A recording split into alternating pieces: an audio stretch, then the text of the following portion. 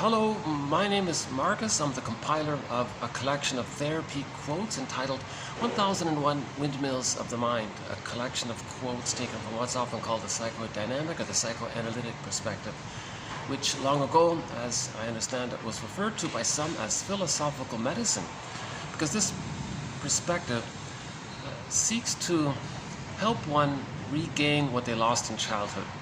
The theory is that many children, are going to lose a lot in the process of adapting to a difficult first environment. Humans adapt to their environments. Well, the baby's first environment is the breast mother. Now, if she's misattuned, malattuned, unavailable, the schedule and the bottle, and puts honey on the rubber nipple and makes the baby cry at night, this first environment for the baby is very painful. How does he adapt to this pain?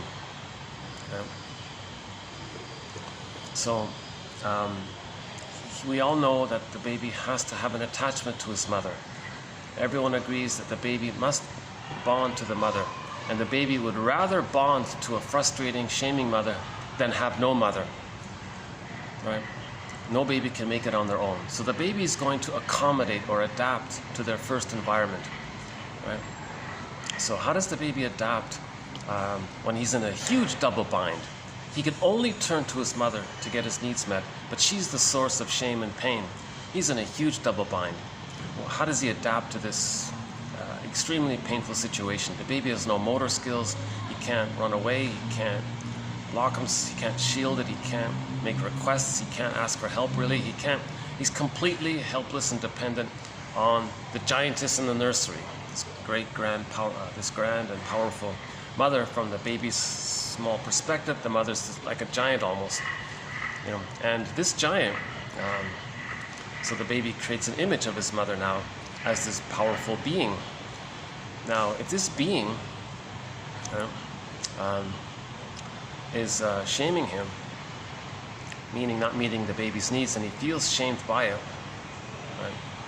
Every time the baby feels shamed by the mother, the metaphor in mythology is that the earth opens up and the innocence, Miss Core, is yanked down into the underworld.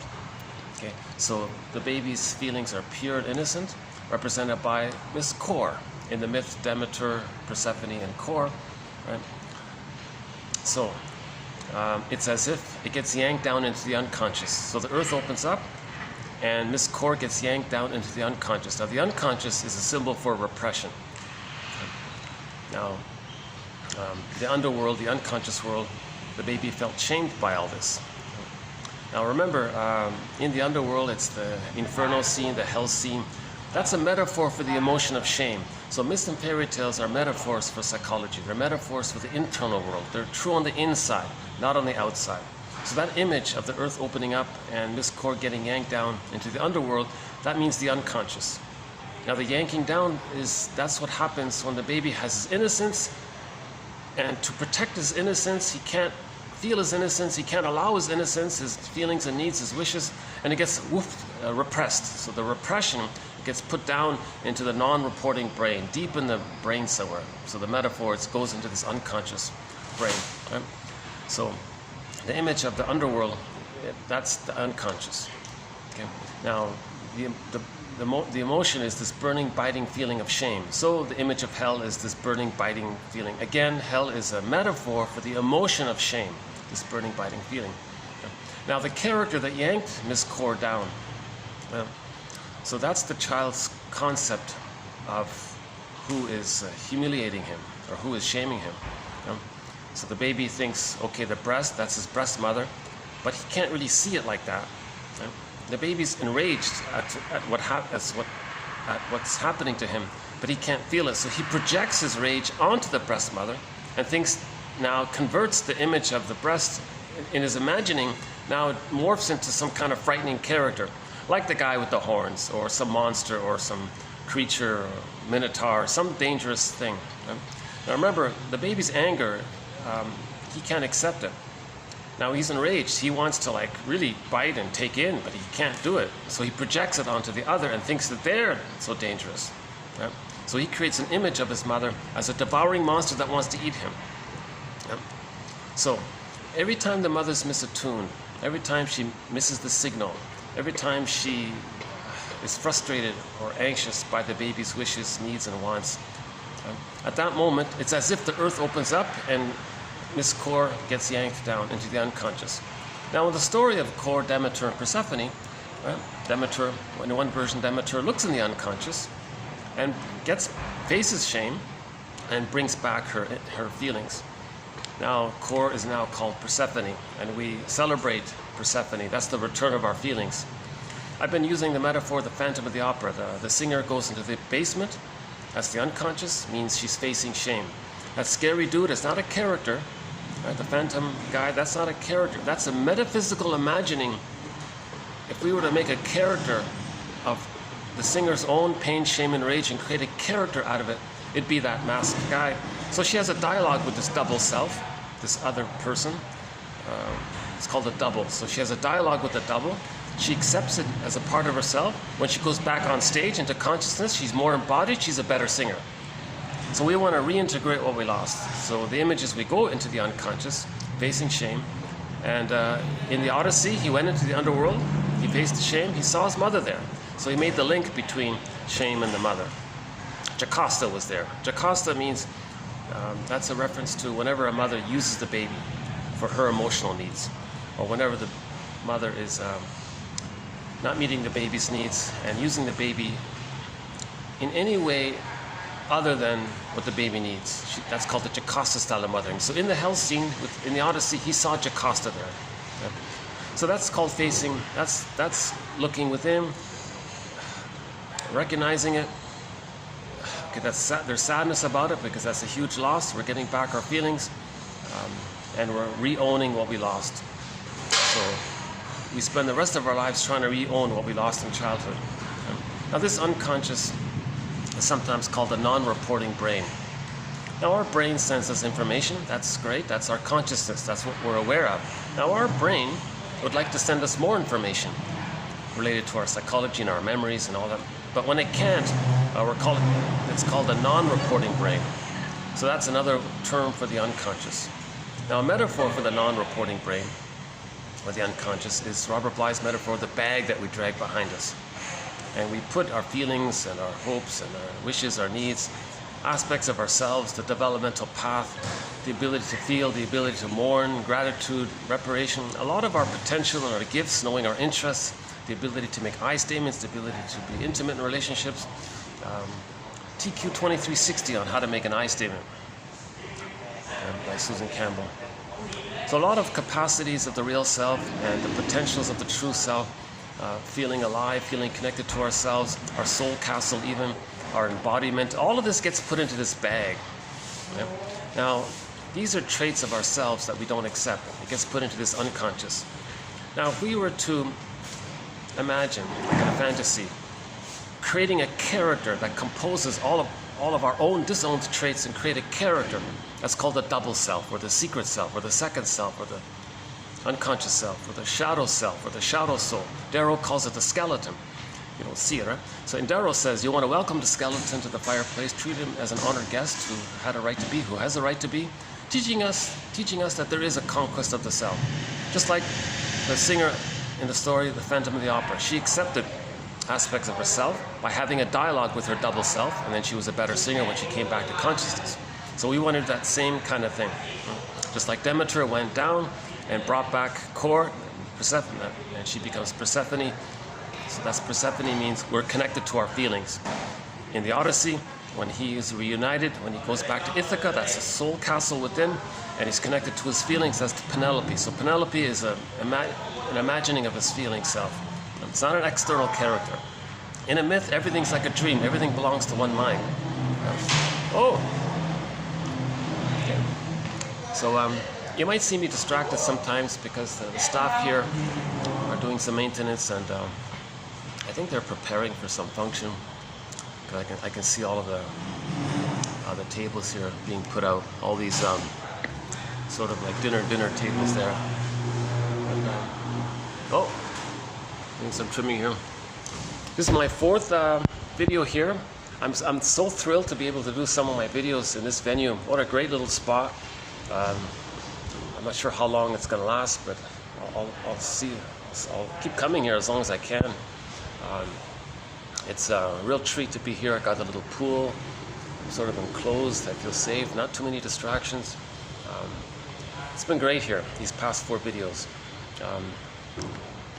Yeah, I really look forward to coming here. This is the first sort of spot where I can really feel kind of relaxed doing my videos.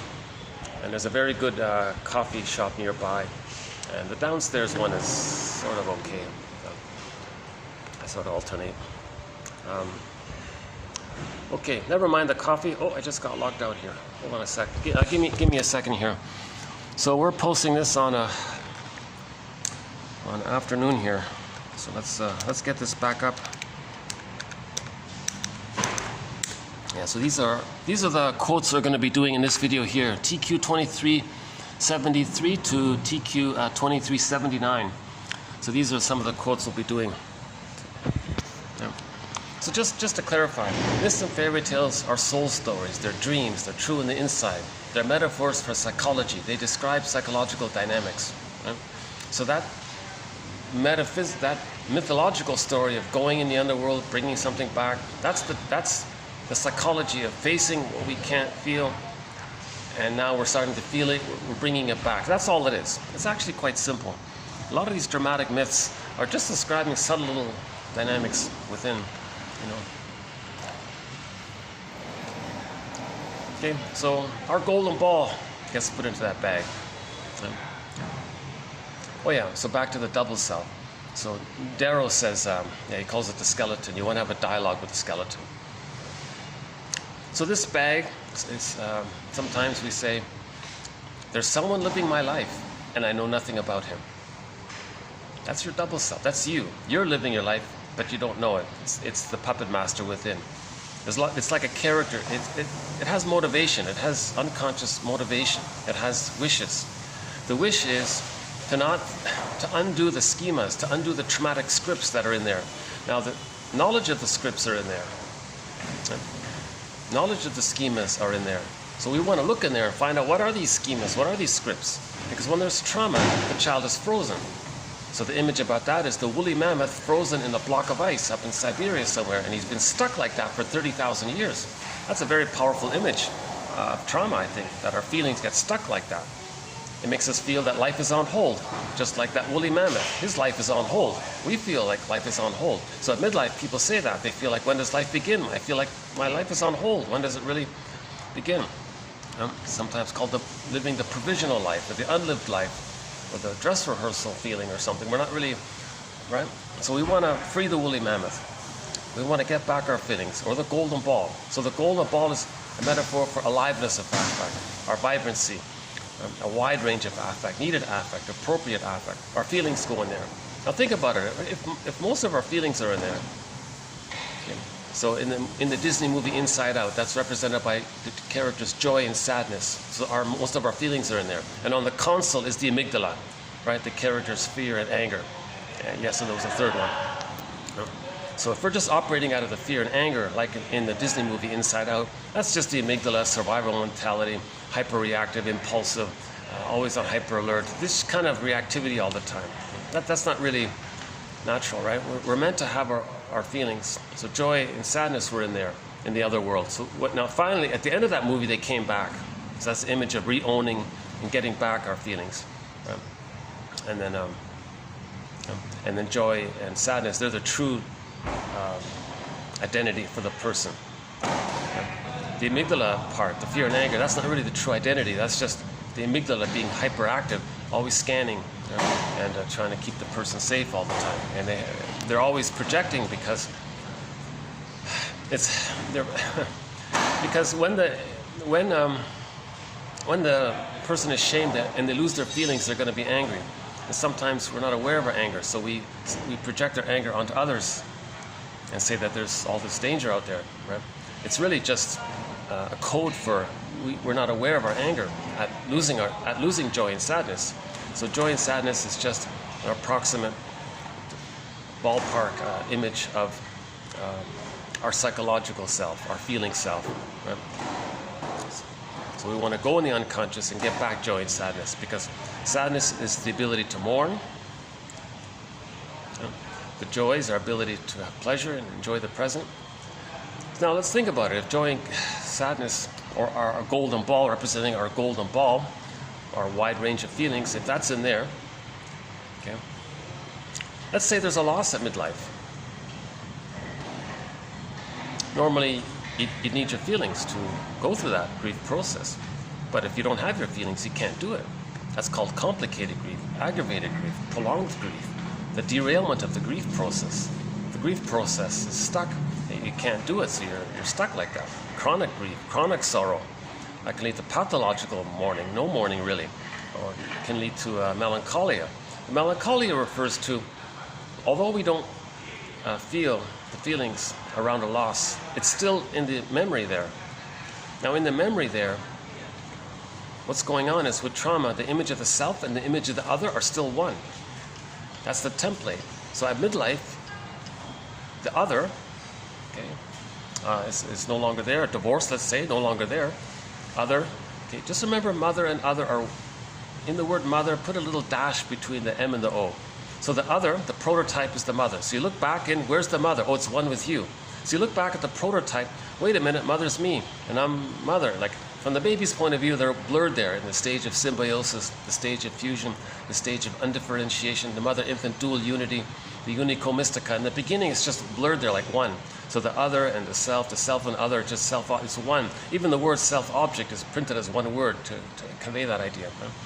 So a person at midlife looks at the template and says, wait a minute, if I'm going to acknowledge the loss of the other in the present, the prototype, the stencil, the script, the schema says, wait a minute, other, mother's me, mother. So I can't acknowledge the loss of the other, because that would be like acknowledging the loss of the mother from childhood, but the mother's himself. So if he confuses himself with the mother and the other back to the template, it would feel like he's going to admit the loss of himself, right? Because of the confusion there. He hasn't differentiated. Differentiation is needed to mourn. If he hasn't differentiated, he can't mourn. You see?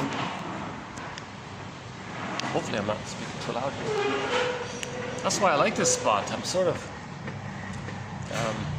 I feel like I can speak a little freely and no one really hears me. These people up there, they're not going to hear me, you see?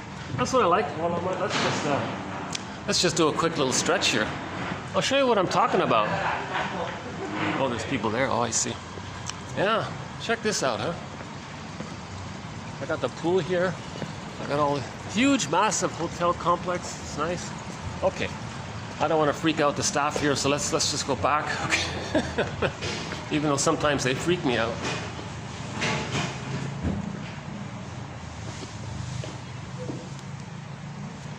Okay, so just to finish that up, melancholia means the feelings you have towards the loss of the other is you, in your template. Now those feelings are directed towards yourself. That's called melancholia. That's complicated grief. That's painful. That's constant psychic pain. Now, whenever there's pain, we do things to distract ourselves away from it. In general, we call that the manic defense. Bergler calls it pseudo-aggression. Let's just stick with the manic defense. That can take a wide variety of forms, the manic defense. Not just hyperactivity, workaholism, and all that, being like hypomanic or hypomania. It can be other things too, blaming others, prejudice, of course, and so on. And it's different degrees of it. So the manic defense is a defense against complicated grief. See? So, one way to understand the psychoanalytic perspective is we want to heal complicated grief so that we can mourn. Now, how do we heal complicated grief? Well, we got to look back and realize that the image of the self and the image of the other are still blurred there in the psychic structure. Now, the child does that because it's a collusion, a deal he makes with the mother. The mother said, look, baby, I can't accept your feelings. The mother said, oh, well, I'll squelch them. That makes you feel a little better, doesn't it? Because you don't know what you're doing with my feelings. If I don't have feelings, maybe you feel a little better. So that becomes the template. So that's the schema. That schema is called, he's going to give himself up to please, protect, save, make his mother happy. And he's stuck like that. Oh, hold on a sec. No.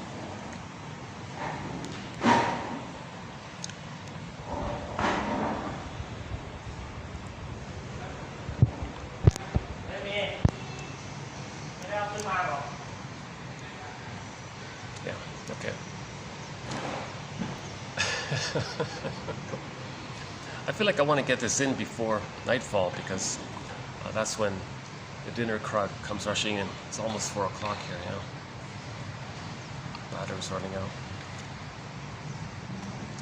Oh, nice and quiet here. Okay, let's continue.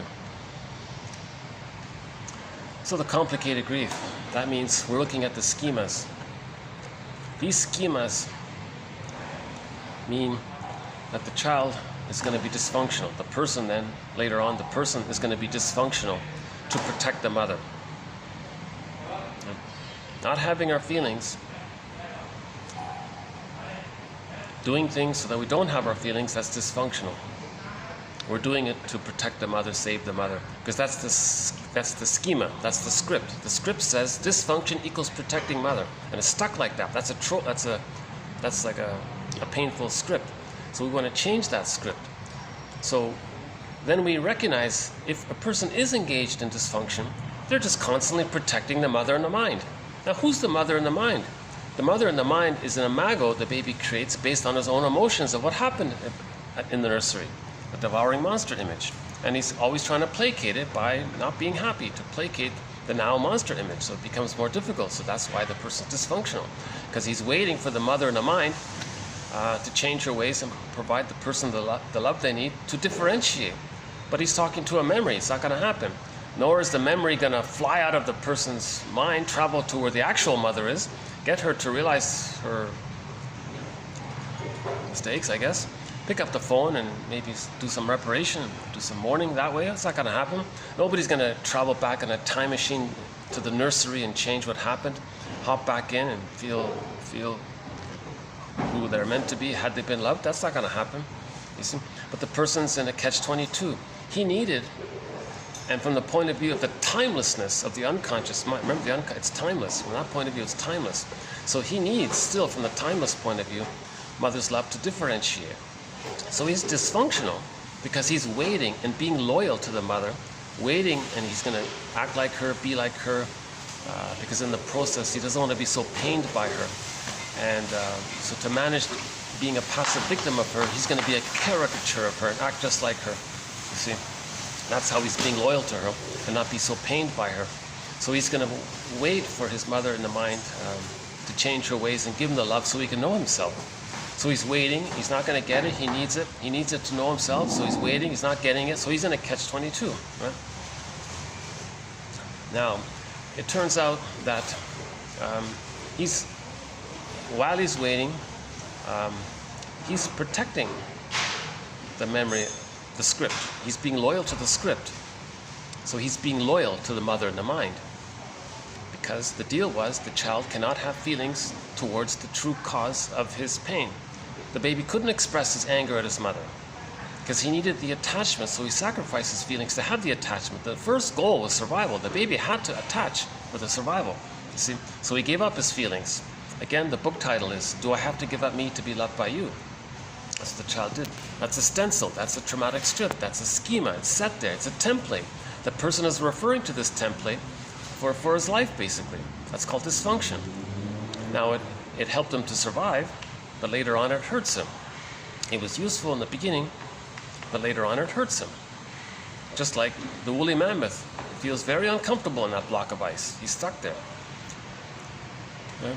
So he is going to be dysfunctional, protect the mother, because that's the script. At the same time, he's going to slip in the fact that he is truly angry at his mother, but he's not going to direct it directly at the mother because that's forbidden from the script's point of view. So he's going to displace it onto others. So he'll identify with the aggressor to be just like her, to not be so pained by her, and to be loyal to her and wait for her love. Now, while he's doing that, he's going to act like her. He's going to shame others to communicate that his mother shamed him. So he's in a covert way, in a sort of sideways way, he's going to express his anger at his mother. He's protecting her, and as a side note, he wants to express his anger at his mother by imitating her, by showing the world what she was like towards him, by doing to others what she did to him. So the mother shamed the baby identifies with the shamer. Later on, he sees his innocence onto non-threatening substitute others. Yep. He's going to see his original innocence onto the non-threatening safe others, and then he's going to shame them to communicate that that's what his mother did to him. Now, this process is called a negative magic gesture by one of our mentors called Edmund Berger. In the self-help pop psychology, it's simply hurt people to communicate that they're hurt.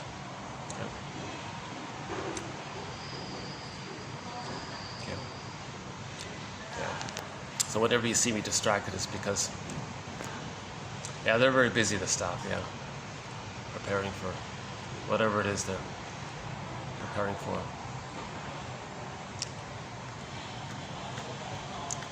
Okay, so the psychoanalytic perspective helps us to face this, right? And as we face this, we're going to realize that we didn't get the love that we needed.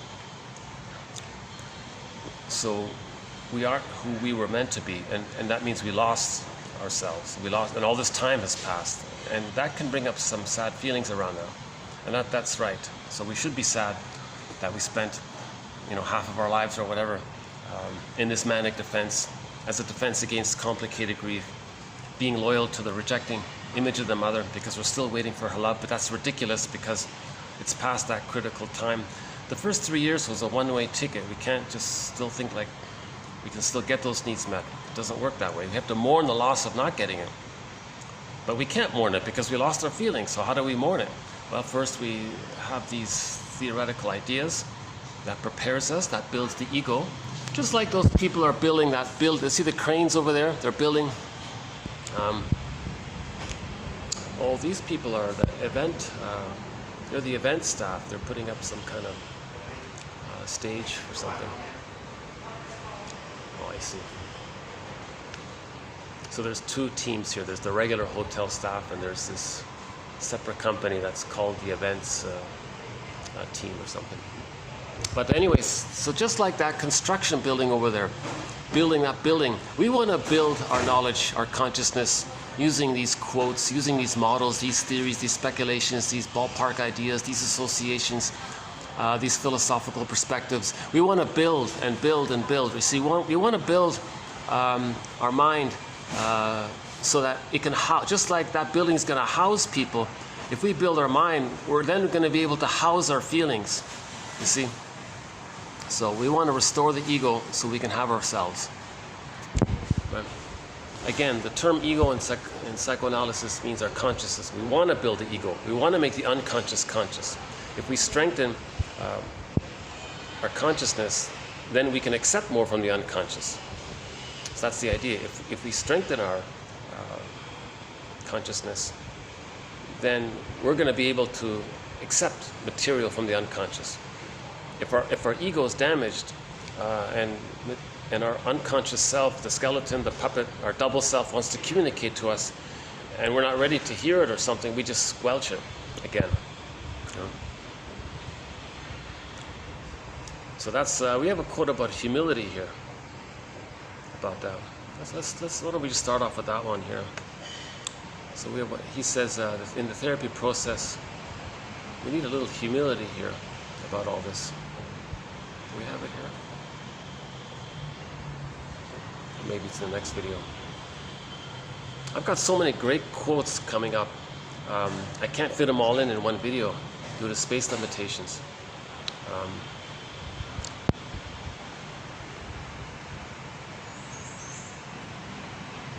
But the idea was that it's a requirement. Here it is. Psychoanalysis demands from the client a certain capacity for humility, which enables the person to stand knowing so little about himself. Can we stand knowing so little about ourselves? Can we have that humility? So much of us is in there. Most of us is in there. Look at the painting called Stepping Out by Roy Lichtenstein. That, by the way, has won a Golden Windmills of the Mind Award. Now in that painting you can see it, that there's so much there. That's mostly who the person is. It's in the unconscious. Most of our true self is in there. Similar to the iceberg metaphor. There's so much of us. Our feelings are in there. I feel, therefore I am. That's our identity. Our identity's in there, really. Right? So we want to get back our feelings and our identity. But we need the story to do so. So that's what psychoanalysis is about, helping us to construct and be able to find our story through associations and all that. Right? When we free associate, we have a need to talk about what's important. So important material comes up. Now, this can only be done with a caring witness. We can do so much on our own, but ultimately we need the presence of a caring other. So grief is healed when it's witnessed by a caring other. We need that presence of a caring other as we free associate. So that's called I'm calling it the yin and the yang of healing. The presence, the understanding person in your presence, that's the yin, their presence, the yin, the feeling. Our free associating, our talking, that's the act of making the association. That's sort of the yang. The act of the yin is the receptive, sometimes called the feminine as the yin, and the masculine as the yang. Different ways to describe it. But it seems we need both if we're going to heal. We need the knowledge, and we need the other person. In the last video, Ogden said it takes two minds to know one person's deepest hurts. Something like that. Check out the last video near the end there.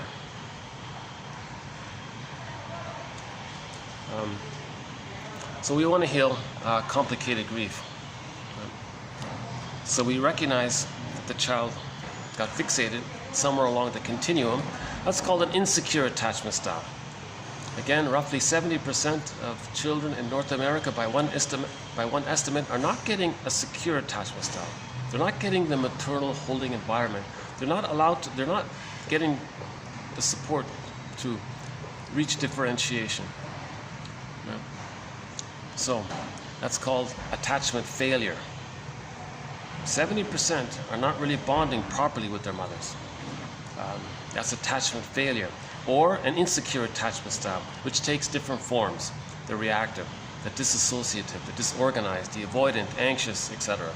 So that's a whole topic in of itself right there. And that's a trauma. An insecure attachment style, attachment failure, that's a trauma.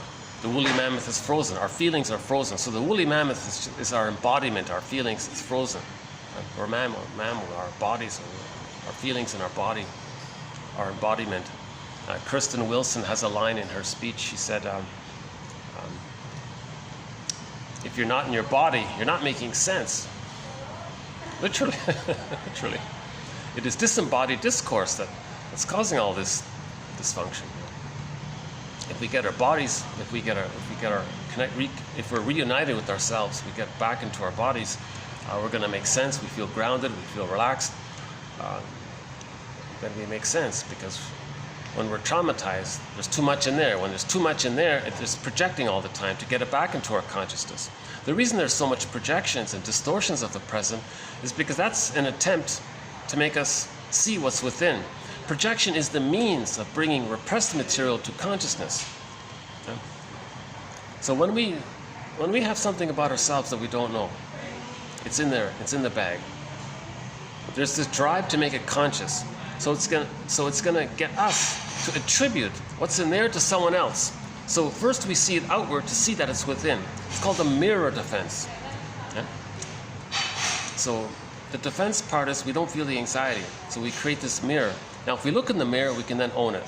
So the mirror is the attempt to make us conscious. Okay?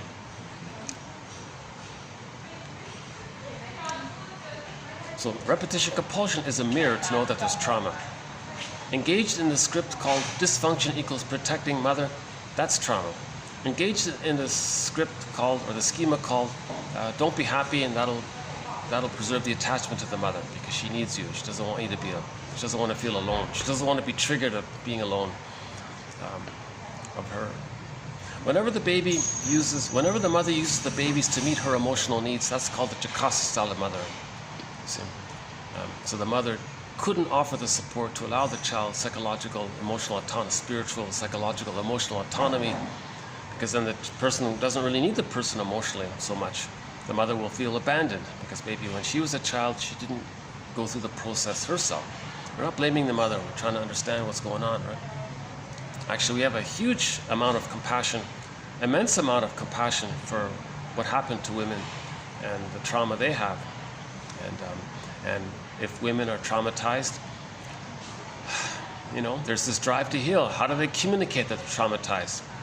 So some women, when they have a baby, it's as if they say to their mother in the mind, hey, look, mother in the mind, I just had this baby, your grandchild, but I'm so angry at you not giving me the love that I need to be able to love my child, your grandchild.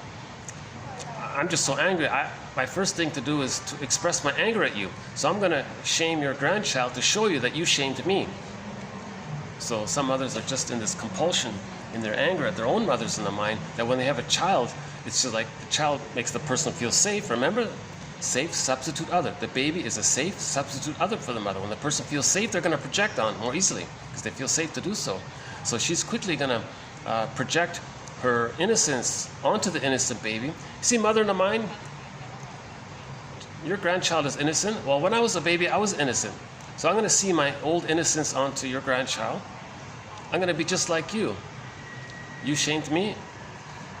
You don't seem to notice it. Well, watch this, mother in the mind. I'm going to be a caricature of you. I'm going to shame your grandchild. Maybe then you'll realize how you shamed me. So she's trying to show up the mother, make the mother realize what she did, maybe embarrass her. Maybe Bergler calls it showing up the mother. You know. So the mother herself may be so angry at not getting the love to be able to love her own child. And in the attempt to get to that place where she could love her own child, she first has to grieve not getting the love from her mother. Now, how is she going to grieve it? She's got to express her anger at her. So she doesn't know how to express her anger because this was all pre-verbal. And when something's pre-verbal, the transference is something that was pre-verbal. So they're going to act it out. They're going to reenact it because they don't have words for it. So the therapist's job is to put words to it. So that's the whole psychoanalytic project, is to put words to it. Then we don't act out. We act out and repeat because we don't have words. Once we have the words, our memory, our narrative truth, then our memory, then our feelings, then our identity comes in. And so we want to convert acting out, repetition, compulsion to narrative, words, feelings, symbols, ideas, theories. That's why these quotes I feel are very helpful. They move in that direction, you know.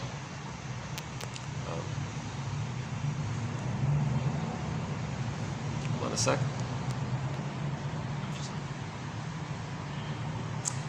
There's my expensive coffee here.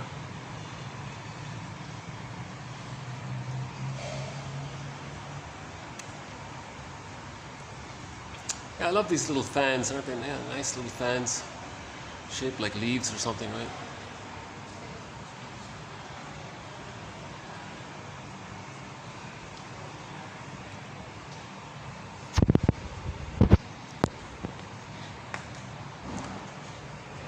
I feel like I'm trying to find some condensed description of the psychoanalytic perspective.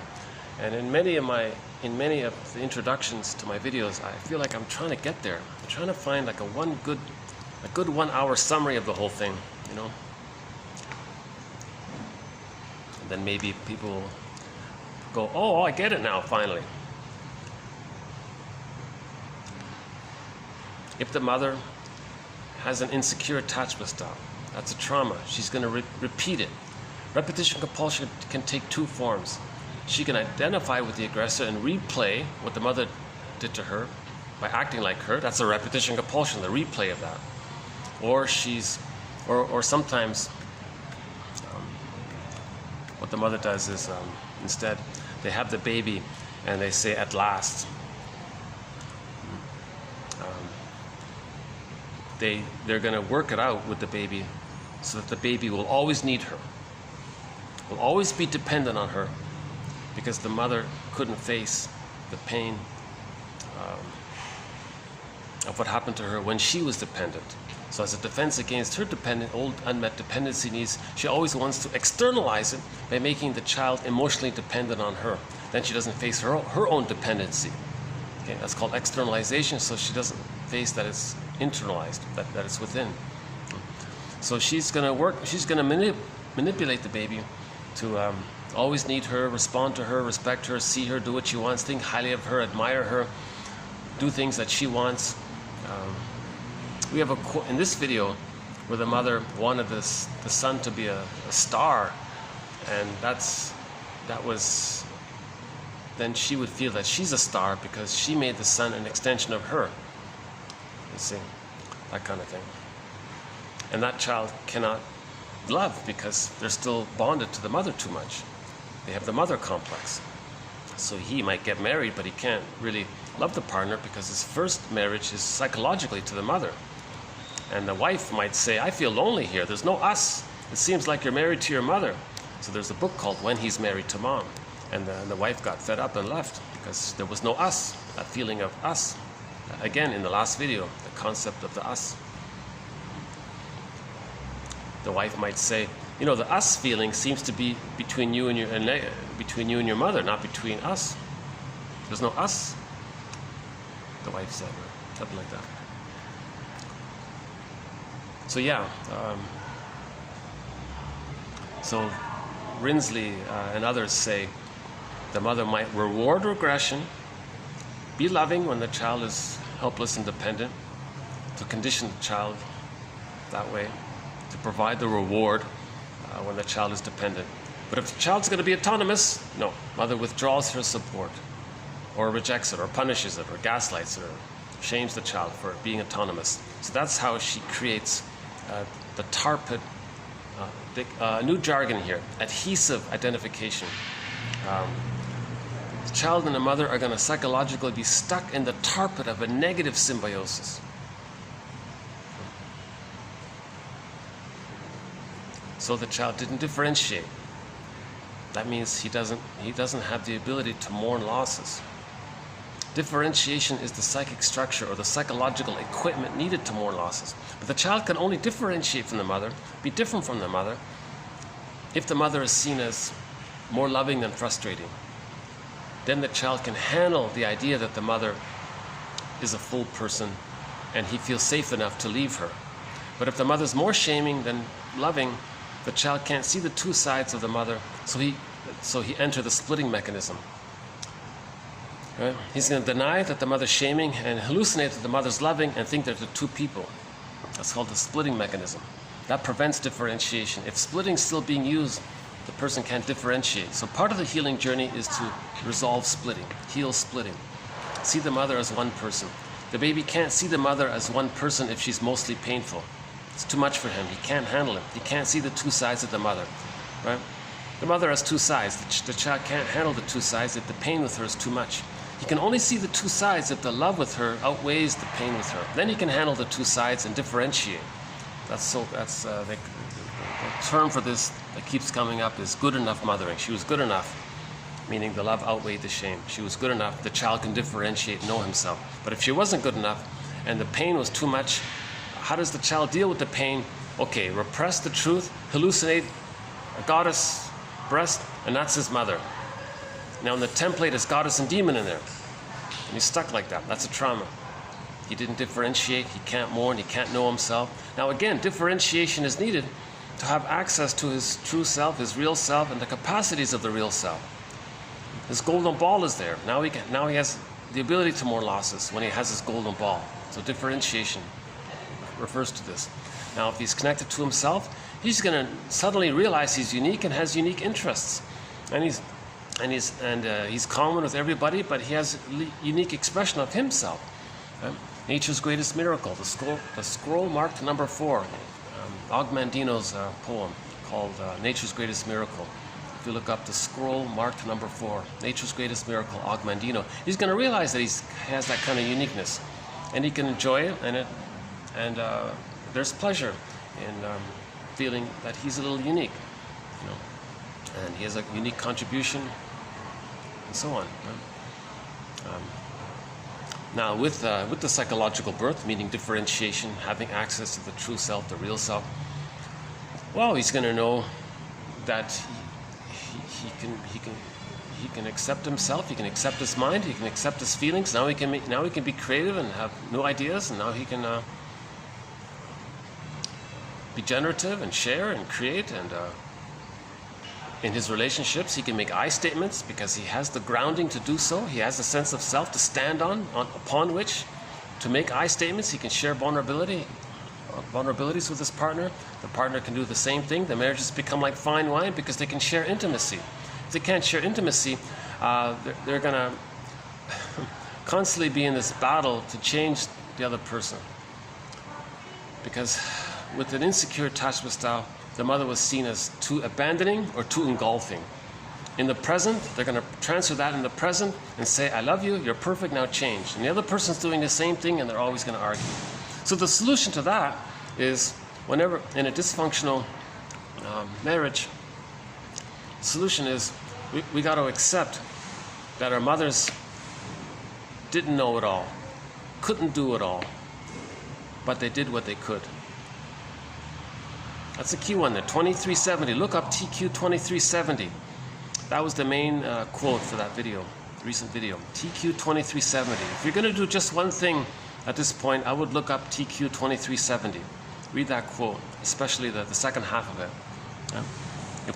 That quote was about, if you want to convert transference love to mutual, genuine love, okay, just remember that the mother didn't know it all, she couldn't do it all, but she did what she could. You got to get there. Then you're not going to have these unrealistic expectations on the person in the present. So as a follow-up to that, our first quote is related to this. So this infantile transference of the past and the present, sometimes somebody in the present possesses some traits of the parent, and you have this immense anticipation, over-idealization, that's called falling in love. So falling in love is a resurrection of a former state related to childhood. And the connection between the two needs to be understood. Okay, so this phrase, falling in love, they talk about transference love, the infantile transference. Right? Now, so what's the infantile transference? The baby nursing at the breast, he feels heavenly. He feels paradise. He feels the unico mystica, the oceanic oneness, the oceanic feeling, the blissful feeling. It's this grand, powerful, wow feeling. Someone said people who take certain illegal items, it's an attempt to recreate that somehow. So they're looking for that lost paradise. So when they fall in love, it seems like, so the partner may remind the person unconsciously of the parent. They think, oh, there's the chance. They're finally going to get it. So I love you. You're perfect. That's falling in love. Now change. Then they're going to start arguing, kind of thing. So that's the idea of the link between the unmet childhood needs and the blissful feeling of falling in love. So in the honeymoon phase of a marriage, they both recreated the symbiosis. That's fine. Now one person's going to hatch out of that egg. The person who's still in it feels betrayed. Now the person who hatched out is going to look to the one who's still in it and say, hey, can you see me now and support me? Well, wait a minute, I'm still in. I want you to hold me. No, I want you to see me. So they're replaying the childhood scene. So marriage is some people say marriage is a replay of the first 3 years. Now the first 3 years, symbiosis, differentiation, then to be seen, to be heard, to be felt, then the creative improv, the rapprochement phase, and the support for their autonomy. And in the marriage, they're both going to replay that. Now, marriage can be a healing psychological path if they're conscious of it. So Bergler says, when the honeymoon phase ends, run to the nearest therapist and be conscious that you're replaying it. And both people can mourn the loss of what they didn't get, and now they're adults, they're conscious of it, and things are making sense. And the sharing of the journey is a very happy experience, I think. That's your soulmate, right, at that point. So you can convert your spouse to a soulmate, and you're both conscious, right? Okay, next one here. There is only one problem. We are all ill of hate and for love. Okay, interesting way of saying it. He said there's only one illness. We're all ill of hate and for love. We're dying for the love, we're sick for the love, we're looking for the love, we can't get it, but we're tired of the pain of not getting it. Interesting poetic phrase there. Okay, next one here. Early psychic trauma. Okay, object loss and various forms of emotional deprivation remains a crucial motivating factor in art, where the dream and transitional object continue to make important contributions to the final product and the achievement of symbolic restitution. So we're going to do a couple of quotes in this area of art. So we have a thread on art, so we'll add a couple of quotes to this one here about the art. So in the previous video by Gilbert Rose and Turco, and the one by Turco. So we're still very, very early on in our thread on art. But most art is in relation to our childhood issues. So the art can be a teddy bear, the art can be representing our feelings, the art can express the loss, and we can't admit the loss, so we're going to recreate an image of the parent to hold on to it. So there's the melancholia there, the pathological nostalgia. So art can be pathological nostalgia, or it can be a transition to grief work and letting it go. That's what he's saying here. We want to achieve symbolic restitution. Something symbolic to help us move on. So nostalgia. A wish to return to an idealized past, often associated with an inability to mourn. Merger with the pre-Oedipal mother due to unresolved orality is a crucial dynamic in nostalgia. So again, complicated grief. They're still merged. They're still, either they didn't merge with the mother and they're looking for the merging. So the art is to recreate the symbiosis. I think this one here with John, this one guy here said he used clouds as symbolic breasts. John Keats, whose mother died when he was 14, had a certain affinity for clouds and included them in many of his poems as symbolic representations of her. So either the cloud was the breast, or the cloud was just a symbol of his mother somehow. I'm assuming it's going to be the breast. Right? So we have a theory that maybe birds, in poetry, sometimes birds are symbolic breasts. He's saying here for this person, maybe the clouds were symbolic breasts, fluffy, soft, that kind of thing. That's the nostalgia. So sometimes art is related to the inability to mourn because they're always looking backwards. Or it's a transition to move forward. For example, this guy, Joseph Cornell. The influence of early object loss and the failure to grieve and mourn upon his art, where this artist sought repetitively to attain mastery of these core conflicts while replaying concurrently on nostalgia to minimize the significance of time and loss.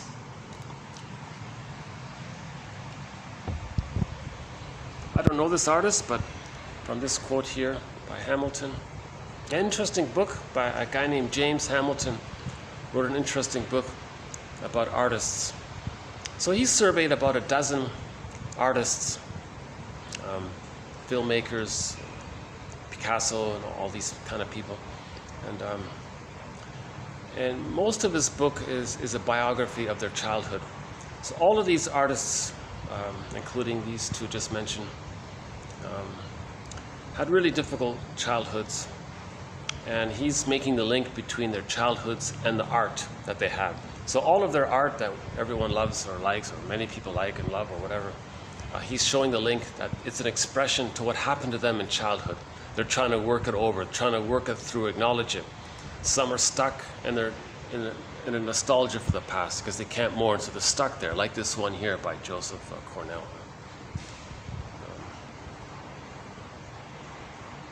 So what happened? Without a good, stable introject, okay, these artists cannot soothe themselves. Okay, in general, all right? So without a good, stable introject, so the introject is called the holding introject, or the internalized good object, okay? So the baby enters into a maternal holding environment. If he can internalize that, have that as a deep memory within him, and have the neural networking circuits in his mind, his brain, around that, that's called the holding introject. The mother soothed him, the wiring is laid down of that, he can then pick up on it and soothe himself. So the baby borrowed his mother's soothing brain, and for himself, he accepts it, and now he can soothe himself. That's called the holding introject. The mother held him, so held his emotions, now he can hold his emotions. Stable introject. Without a good stable introject, these clients cannot soothe themselves and therefore respond to the frustrations of needs for intimacy by acting out, which begets a vicious cycle by expanding the sense of aloneness and guilt.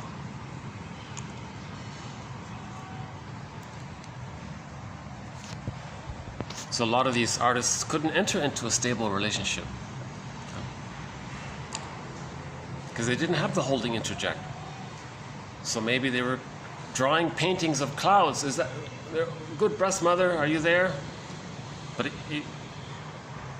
ultimately, it's for him to realize, to mourn that he didn't get the good holding introject. So that's why he's drawing it, to say what he wanted. That's called a positive magic gesture. So the artist who draws beautiful fantasy mother images, it's as if to say, look, mother Namine, see these beautiful images of mother, symbolic mother? That's what I wanted from you. That's what I needed from you. See this beautiful art I'm creating? Well, I needed something beautiful from you. That kind of thing. That's called a positive magic gesture. Now, it's meant for the artist to see that he didn't get the good love. He's meant to use that as a bridge to mourn. You see? It's a communication. He's free associating. His art is like a free association. Just like we say what comes to mind, that's free association. Well, his art is like a part of that. Instead, he's just drawing pictures instead of saying it. You know? Some people interpret artwork as if they were dreams. So now you have dream interpretation. So then you free associate from your dream interpretation. Art interpretation and dream interpretation have a lot in common, one guy said. Turco said, yeah.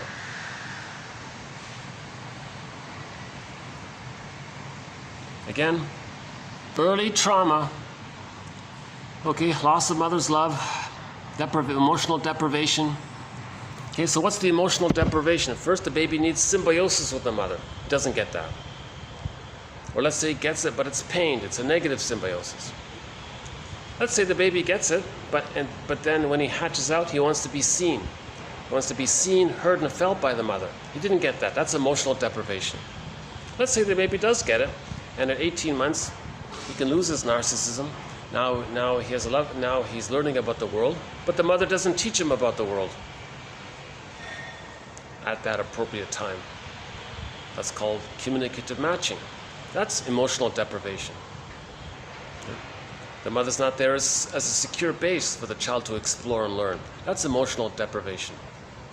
Various forms of emotional deprivation called childhood neglect. One author calls it CEN, childhood emotional neglect, or simply childhood emotional neglect, or just neglect. It's a form of emotional abuse to have that neglect. So, loss of the maternal holding environment, loss of the secure attachment style, and the various forms of emotional deprivation remains a crucial motivating factor in art, where the artwork can become like a dream, an expression like we have a dream, like a dream expression, art expression, dream expression, or it can be like a transitional object, the teddy bear. Okay. And the final product of the artwork is meant to symbolically work it through, efface it, that kind of thing. So we're trying to work it through.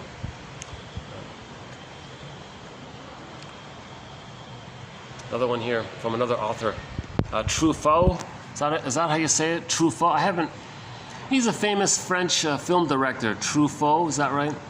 Okay, Truffaut or Truffaut.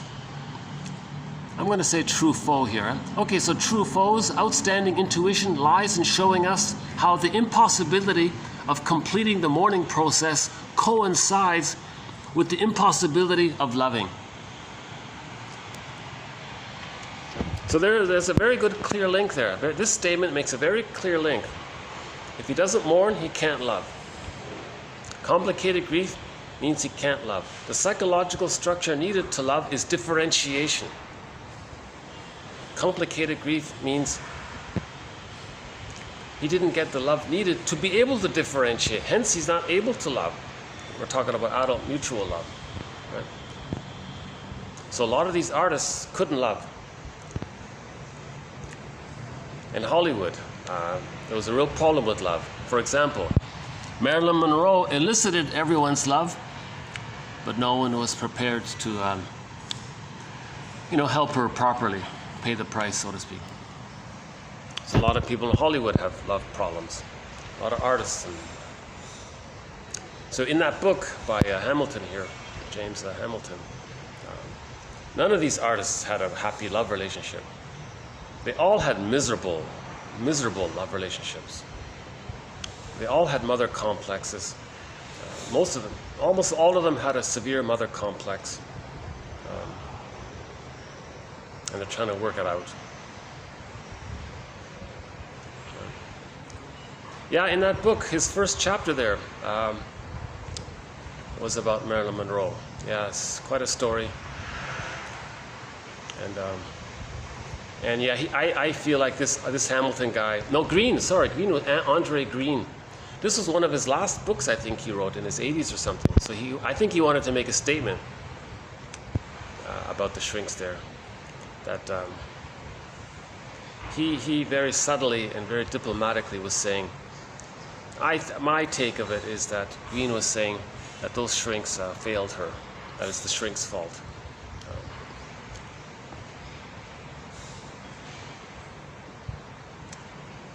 Yeah, and there's a thing about, there's a whole long story about it. So Marilyn Monroe's shrink got advice from Anna Freud, and that was a problem, I think he was saying. And that shrink who let Marilyn Monroe live in her house, like live in his house, to be like a member of the family. Another person was saying, "Oh my God, you're really torturing her. You can't do this. You got to interpret it and help her mourn. You can't try to recreate it and let her get the happy childhood she never. You're gonna reactivate and re-trigger the pain. It's like an insult. It's like you're insulting. I agree with the friend who said that, the one who said that. So that was a huge mistake what he did. So yeah. So we know the story of Marilyn Monroe. She was, the mother gave her up, and she had to live in orphanages and bounced around.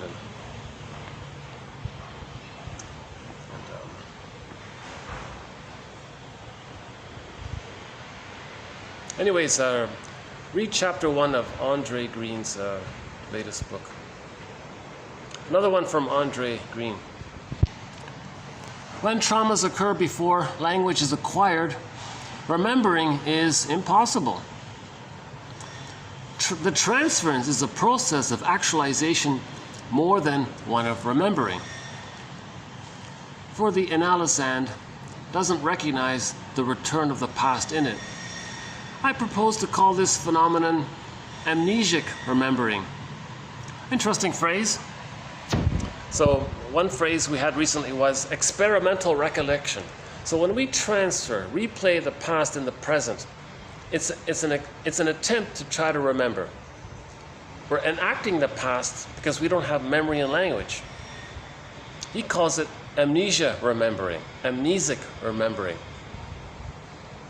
Okay, so this grand falling in love phase, all right, the infantile transference, that's amnesic remembering.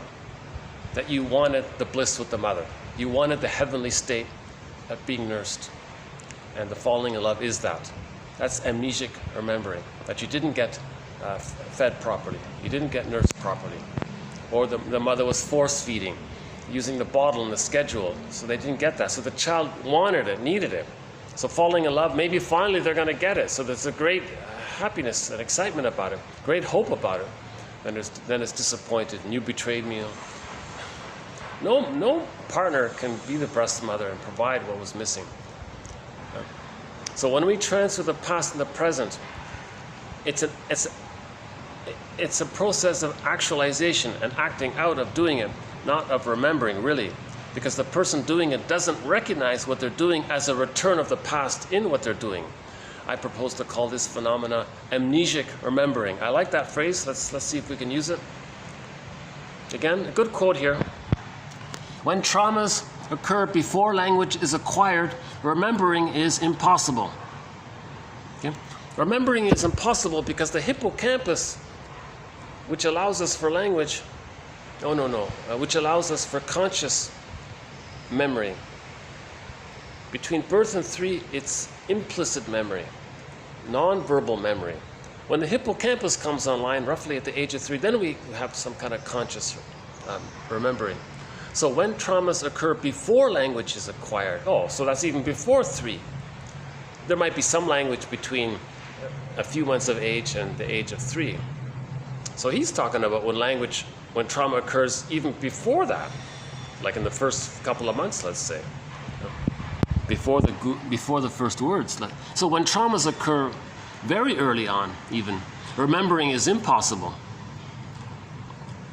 The transference, replaying the past and the present, distorting the present, distorting the present to fit what you needed as a child in the past. Okay? To replay the past in the present, you're distorting the present. This is called transference, infantile transference. Okay? So the transference is a process of actualization, meaning doing something, more than one of remembering, because the person doesn't recognize the return of the past in it. Okay? I propose to call this phenomena amnesic remembering. So let's make the link here from the first one to the last. Okay, so the first phrase here, falling in love. Okay, that's amnesic remembering. We don't recognize the return of the past in it. That's amnesic remembering. Falling in love. When we fall in transference romantic love, we don't recognize the return of the past for the needed breast, the needed oneness, the needed unico mystica, the needed symbiosis. We don't recognize the return of that unmet need in the present. That's amnesic remembering. Okay, I'm going to say this is our key quote here then, for this video here, this last one here. So I think in every video we have like one really good sentence. I think in this video it's going to be this one here by Andre Green. Yeah, good writer. Yeah, we have many good quotes from him.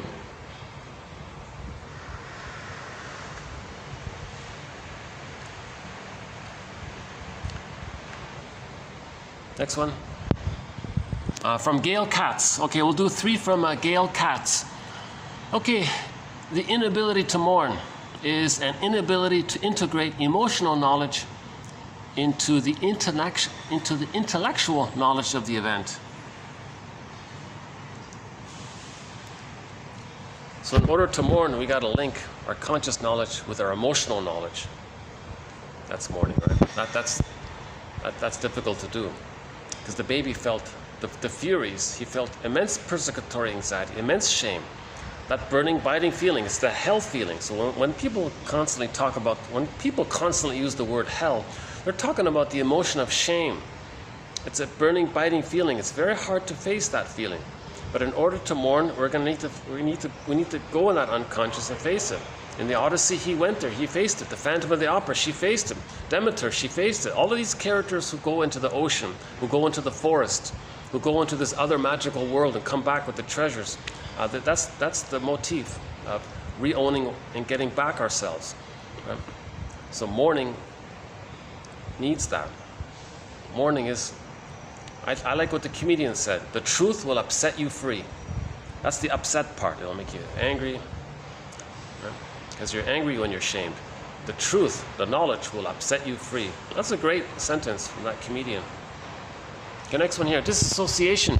Disassociation, a key component of the client's control strategies. sometimes occurred within therapy sessions, providing in vivo demonstration of her way of protecting herself. So I notice this phrase comes up. We call it defense mechanisms. Some authors like to call it control strategies. So you don't want to feel anxiety, so you blame someone else. That's your control strategy, to not feel it. A little confusing, but if you understand the context, that's what she means here. Lowald, Hans Lowald. Hans Lowald views repetition in the form of reenactment as the sine qua non of the transference of neurosis. So this is the heart of the matter. This is the crux of therapy here. So Hans Lowald views repetition compulsion in the form of replaying, reenactment, as the main focus of dysfunction. Transference neurosis means dysfunction. You're seeing too much of the past in the present. That's dysfunction. The actualization of the client's past and the present interaction with the analyst. This is what he calls, quote, original creation. Interesting phrase here, original creation. That is essential. That is the essential subject matter of effective analytic process. So this original creation, he means template, script, schema, working model. It's frozen. The child refers to it for his life. He's referring to it because as a baby it made him safe. So if he refers to it, he thinks he's going to be safe. But the present isn't the past, so it's dysfunctional and it's making him, and it's causing him pain. So this original creation helped the baby. Later it hurts him. So in this context, his phrase, original creation, refers to the traumatic script. Yep. And transference neurosis is a replay of that traumatic script with the fantasy that we can change it, redo it, rework it, get a better original creation, get a happy original creation. So he might as well call it original unhappy creation. This is the heart and soul of the therapy process, that the person's going to transfer the past and the present, reenact the scene with the mother in the present with the other person, so that they can know and try to remember amnesic memory. Amnesic memory. He has amnesic memory. To make it conscious memory, he's going to enact it to convert amnesic memory to conscious memory. He wants to convert unconscious memory to conscious memory. That's the journey. That's the heart of it all. We want to convert unconscious memory to conscious memory. That's the journey, to make the unconscious conscious. I like that. We want to convert unconscious memory to conscious memory. Then we're healing. Then we're crying. You see, when we do that. See? Okay. Here's from the master himself, Hans Lowald, a direct quote from Lowald. The therapist views the client, okay, so during the therapy process, right? The therapist views the client less as speaking merely about himself, about his experiences, and more as symbolizing action in speech, as speaking from the depth of his memories, which regain life and poignancy by the impetus and urgency of re-experience in the present. That's a pretty good sentence there from Lowald. That's why a lot of people love Lowald. He talks like this. He talks in a slightly poetic way here. The therapist views the client less and less as speaking, just about himself, about his experiences, and more as him symbolizing action in speech. Okay? He's symbolizing what happened using speech. Because now he's speaking from the depths of his memories. So now he might be using metaphors. Okay?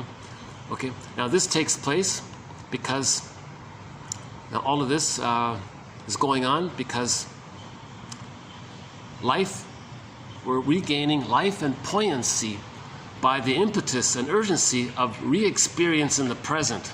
Oh, Jesus, yeah. That's a good sentence there. I would say this is our second best sentence here.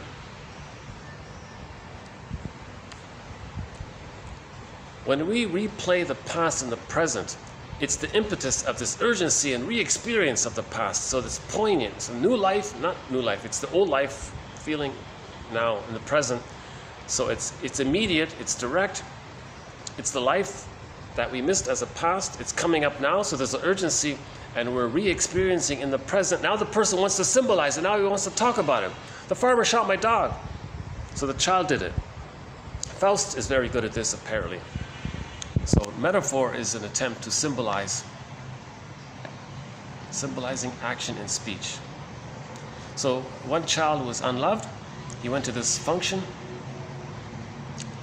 Oh, it's nice and quiet here. Wow. It was so busy earlier here. Hang on, let's do a quick little peaceful. Let's take a quick peek in here again. How's it going? Yeah. So got all the artwork. Got some art deco. I like all this little art deco around. But maybe if I look around, maybe they're gonna wonder what I'm doing or something. Better just stay. But let's get another glimpse of the pool. Okay, no, let's not push my luck here. Things are quiet here. Let's enjoy the peace here. If I move around, maybe they all wonder what's he doing or something. Okay. So there was this. We had a quote recently, about a month ago. The child was emotionally abused. He went to some kind of function in the public, and he was acting out. He was being very difficult, causing a lot of trouble. Finally, one kind woman pulled him aside and said, "Talk to me. What's going on here?" And the child desperately needed to have a safe connection with a caring maternal figure, but he was afraid of it. But he needed it. He was afraid of it, so he froze up. And the mother, this present person, this stranger, this kind stranger, was just present, and the child stuttered a bit. Finally, he shouted, "The farmer shot my dog!" Now, the story is, the child doesn't have a dog. He was trying to explain that he was traumatized, that he's hurt inside. He's trying to symbolize it. He's trying to put into speech. Okay? Symbolizing action into speech, as speaking from the depth of his memories. Because that woman was a caring presence, a safe, caring. Grief is healed when it's witnessed by a caring other. That stranger was being a caring other to the child. So now it's coming up. As speaking from the depths of his memories, which regain life and poignancy, it's coming up by the impetus and urgency of re-experience in the present. So he's trying to remember. He has amnesic memory. He's trying to make it conscious memory. So he's going to create a symbol or a metaphor to describe the emotional truth. So it's not literally true that the farmer shot the dog, but it's emotionally true for the child. It's emotionally true because it represents the emotionality of the child being emotionally abused at home. The farmer shot the dog. He's trying to say he's abused inside. You see, he was trying to make and then, you see? So all art is an attempt at this. Literature and art, movies, all of this stuff is an attempt at this. That's what Hamilton is saying. That's his basic message.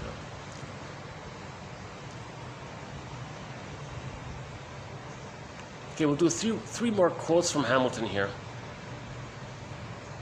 The first one sets it up, and the second and the two that follow are sort of examples of it. Okay?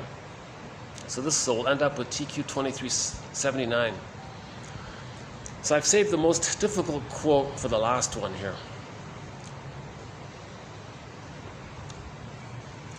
Yeah, I didn't want to include this, but I felt like maybe I need some quotes in this area. This is an area I'm not comfortable in. So he was talking about a very disturbed film director. He's a very disturbed person. He might be a little charming or something in real life or something. Might be. Apparently in real life, this guy has a high IQ and all this. But but he had a very difficult childhood. And it's expressed in his movies. So you're going to hear about a film director who creates very violent movies. All of this rage and violence in his movies links to him not being breastfed, him having these abusive nurses and nannies and substitute mothers. And it went on for the first 5 years of his life. So he wants to express his rage, his oral rage, through the violence. So the quote here is that this person's violence, that his rage during babyhood time, it's coming out in the artwork of his violence. And he talks like Iago. He says, I like how my art is disturbing people. I like how my movies are messing with people, because he's just so enraged. So he's a bit of a Iago. So I'm actually going to include this in our thread on Iago. Iago is a very disturbed character. So I think he's sort of an Iago type. That's the middle of the three here. So the first sets it up. The middle one is the Iago one, and another example at the end, another disturbed character. So two very disturbed characters. It all starts with this. Babies are at the mercy of potentially overwhelming anxieties and frustrations. The mother imposes her desire on the baby, for example, by the scheduling and the force feeding and etc. This could, in certain circumstances, reinforce the sense of helplessness in the baby. This is indeed a passivization of the baby by the mother. The baby has to submit to whatever care is being provided by the mother. He needs to trust that the mother will not take advantage of his vulnerability, that she will not misunderstand his language, his cues, his signals.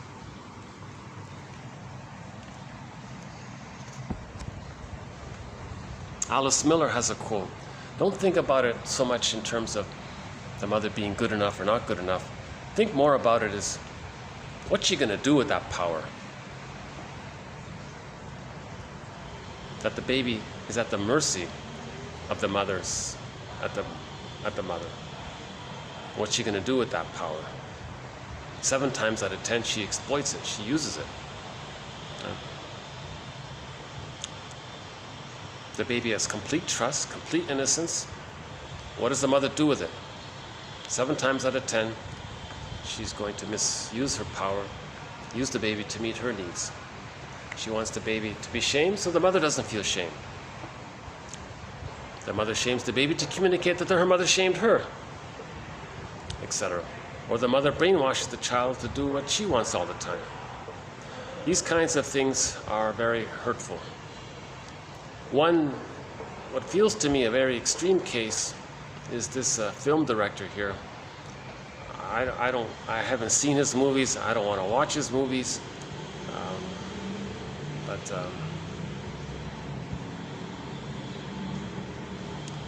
So just a trigger alert.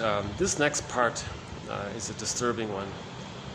Probably one of the most disturbing, one of the most difficult quotes for me to include. But it does help to understand why people are so fascinated with violent movies. It's the oral rage. Okay, the baby has an oral rage at not being breastfed. This film director, as a baby, wasn't breastfed. When he was born, the mother threw him to some cold refrigerator nanny type of person. And she was kind of mechanical in her dealings. And this went on for the first 5 years of the person's life. And then after the age of 5, from 5 onwards, he was obsessed with violence. Because what the nannies did was, they threw him in front of the TV. And he spent his whole childhood watching violent movies, restricted movies, R-rated movies. So he was just glued to the screen, staring at all this violence for most of his childhood. And he became obsessed with all this stuff. and I think it just made the situation worse. And while he was watching all of these violent movies, and the Vietnam thing was going on, he was watching all of that. The nanny didn't protect him from it. The nanny gave him junk food the whole time.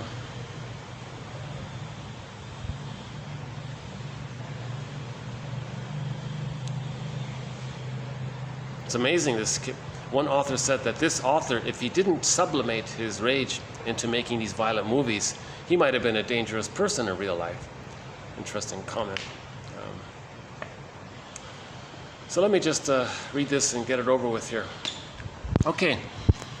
The immense violence in the movie called Pulp Fiction is vastly overdetermined by primitive cannibalistic rage, secondary to oral frustrations and the necessity for momentary indulgence of such appetites in the here and now. He was born prematurely and weighed less than 5 pounds. His mother, who was 16 and had been briefly married and divorced, was angry about having become pregnant since she was hoping to have a career. Because she returned to work and college shortly after his birth, he was bottle fed and looked after for the first year by a certain kind of nanny at her home, where his mother would visit him on weekends. Pre-edible, meaning oral, right? Nursing time, right? The nursing stage. Pre-edible conflicts permeate this movie. There is pronounced emphasis on instant gratification, as is true for the majority of his films.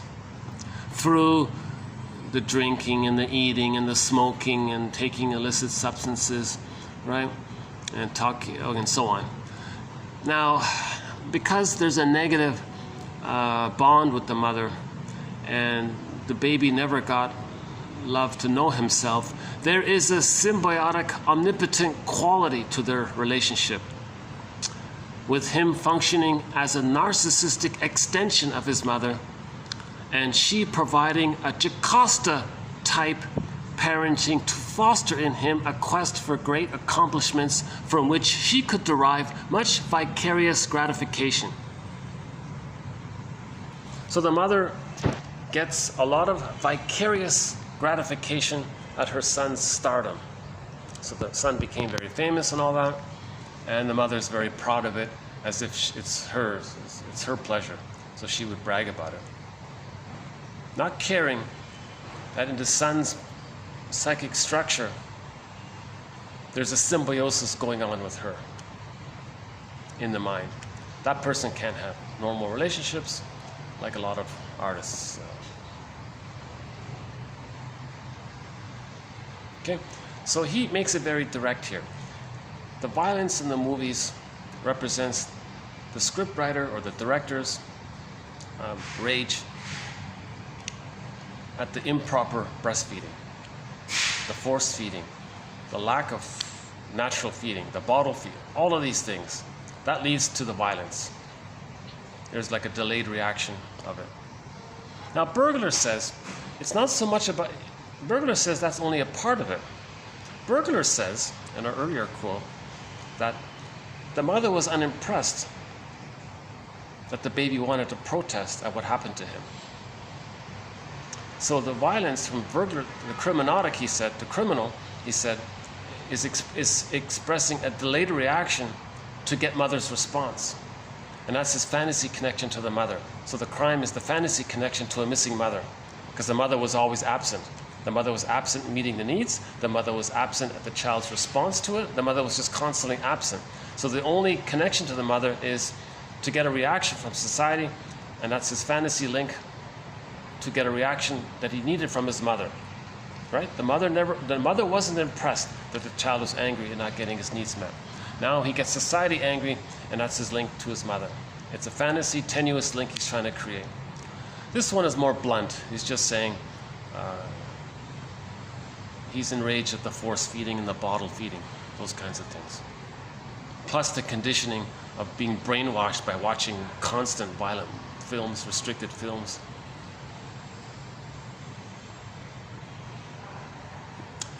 A similar author who has a disturbed childhood. Okay, within the text, there are multiple references to the breast, oral dependent struggles, and the rage secondary to insufficient gratification of such wishes. Core conflicts which were intense and pervasive in Orwell's life. So that annoying book we read in high school by Orwell, it's filled with references to his rage at the improper feeding, the bottle, the schedule, that kind of thing. So there it is. So there it is. So this last part here is an attempt to add to our thread on the psychoanalysis of crime. Okay, an undeveloped thread, needs a lot of work.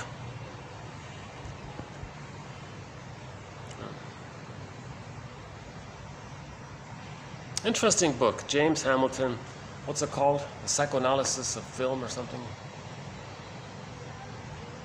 The visual art, the psychoanalysis of the visual arts or something. I forgot already what it was called. So that's the tough one there. Okay, on an encouraging note, we got a good quote here from Lowald. I like this one from Lowald. Gail Katz is very helpful. She's got a good book, not a bad book, called The Play Within the Play, she said. She talks about disassociation. Andre Green, okay, good, helpful, a very helpful author here, Andre Green. And now in that James Hamilton book, not all of it was disturbing. He talked about other artists who were talking about nostalgia, yearning, missing, the more benign stuff, right? The less harmful stuff.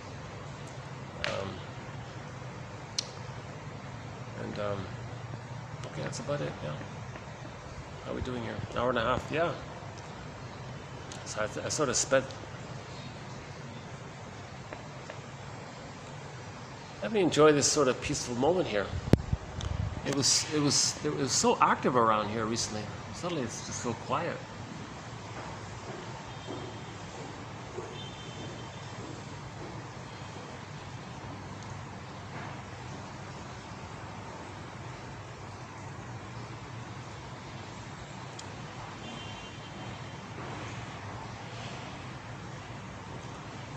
Okay, nostalgia, a wish to return to an idealized past, often associated with an inability to mourn. So that's called pathological nostalgia. So usually in the psychology books, when they talk about nostalgia, they're talking about pathological nostalgia. We're not talking about the general nostalgia that a lot of people engage in. We're talking about pathological nostalgia, meaning complicated grief. We can't mourn. Right? So related to that is fantasies of being reunited with the breast. Right? And this can be expressed in the artwork of poetry about birds and oh yeah, and there was one guy had a real immense love of nature, but over the top love of nature. So he was projecting the mother onto nature and wanted to be loved by nature. So that was one character like that. Okay, this one here about the clouds, and if a person can't mourn, their artwork may reflect it. So some people's art is a communication that they can't mourn, and they're stuck in the pathological nostalgia. So some art means pathological nostalgia. Right? Some art means let's transition out of it. Some art means expressing the feelings. Okay? Some art is maybe free associating and intellectual, maybe.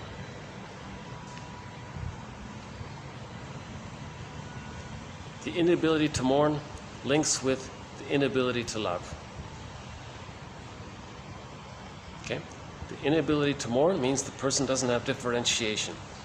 Differentiation is needed for love because with differentiation it's mutuality. I, self, I, other, they're separate. So you recognize the other person as a person in their own right. It's called whole object relations. All of these artists have what's called part object relating. Oh yeah, and all of these issues with the fetish. He talked about the fetishes and all this. In some of these movies, they talked about that's the part object relating. So part object relating. See, they didn't achieve whole object relations. So this issue of the fetish, it's part-object relating. Right? But the one with the feet, the shoes and all that stuff like that. So, right? So, if the person differentiates, that means the other was loving, and then they received the safety to know themselves. So that's I'm okay, you're okay. If that process didn't take place, they're still stuck in that earlier phase of part-object relating. Remember, the baby just relates to parts, the placenta, the cord, sort of the part. Then the nipple and the breast mother, that's sort of like part of the mother. And if they're stuck there, that's part-object relating. That's not mutual love. Now in the transference love, in the falling in love, the person is seen as this grand part that's going to finally take them back in a time machine to get what they needed. That's why it's so exciting, because it's all their lives they've been waiting for it. That kind of thing. Never mourned it. So part of the ability to mourn is TQ 2370. That's in the last video. Go to the last video, the one posted prior to this one, done in this very venue right here, done in this very spot right here. The last quote here, 2370. The first quote in the last video, 2370. We have to accept that our mothers didn't know it all, couldn't do it all, but did what they could. That's moving towards the reality, the whole seeing her as a realistic person. When we do that, then we can know ourselves with the acceptance that the other was partly loving and partly frustrating. That's called whole object relation. That's the reality. If we can't do it, then our template is goddess and demon. See, if the template is goddess and demon, we can't love, because you're gonna either over idealize the partner. It's called falling in love. When they do something wrong, then you devalue them and then you hate them. So you can't live with them, you can't live without them, you're going to be arguing all the time and they're doing the same thing. That's called infantile transference love, or falling in love. That's why they call it madness. Our love leads to madness. He's talking about transference love leads to madness. The song Love Hurts. No, transference love hurts. 99% of these love songs, they're talking about transference love. Right? Now in the context we understand. But why don't we just specifically say it? There's a difference between transference love and regular human, adult, genuine, authentic love, where you see the other person as a person in their own right and not using them as a part in relation to the script that when you were a baby, you had a flawed relationship with that part of your mother. See, that's a big difference, right?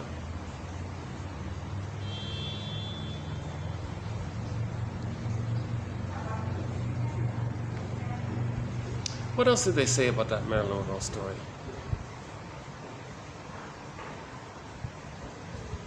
Oh yeah, he surveyed the different theories to what happened to her. She was fine in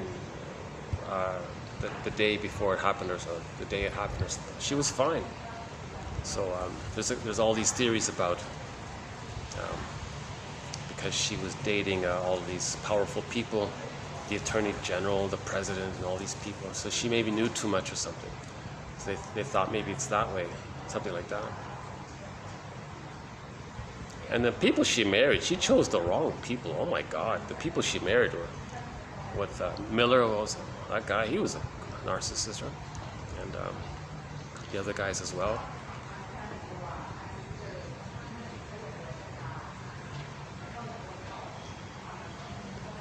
See, and what Green was saying was the shrinks didn't talk about the issue of the mother. They were always saying it's the father issue, or the father comment, always with the father. The problem with the mother is often transferred onto the father. Now, if you try to solve the problem with the mother but through the father, it's not going to work. So that's his basic message, I think. He didn't say it directly like that, but a lot of people do that. The template, it says protect the mother. How do you protect the mother? Blame the father. So the shrinks, Marilyn Monroe's shrinks, were saying, "Oh, okay, let's talk about the father all the time." He's not recognizing that that's a displacement to protect the mother. From what I can tell, the conversation about the mother, maybe it wasn't even really dealt with. So that's a huge failure of psychoanalysis. And Green made an interesting point. He said that maybe the Monroe's shrink there, he wanted to open some kind of institute or something, a special study research project on how to understand and what lessons can we gain when psychoanalysis fails. He never did it. He failed at that as well. He never did it. That was Green's point. So Green was making I think he was making a pretty clear statement. I don't have any quotes from Marilyn Monroe's shrink. I think he was a cold person, a narcissistic person. I only saw like a 1-minute clip of him, so I shouldn't say too much. But he was a rock star back then, apparently. Not a rock star. He was very popular with celebrities. He was a Hollywood shrink or something. One of the Hollywood shrinks.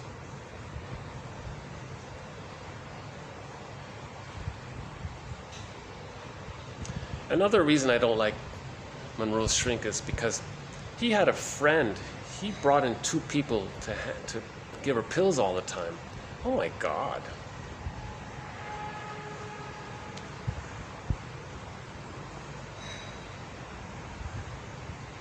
Yeah. What else did we talk about? Okay, a tough topic today, complicated grief, disturbed artists, and trying to understand that their art is an attempt to face some of their past to one degree or another, in one way or another, either as a teddy bear or as being stuck in the past. But Hamilton was trying to make a clear link that a lot of art is in relation to the problems early on. Keep that in mind.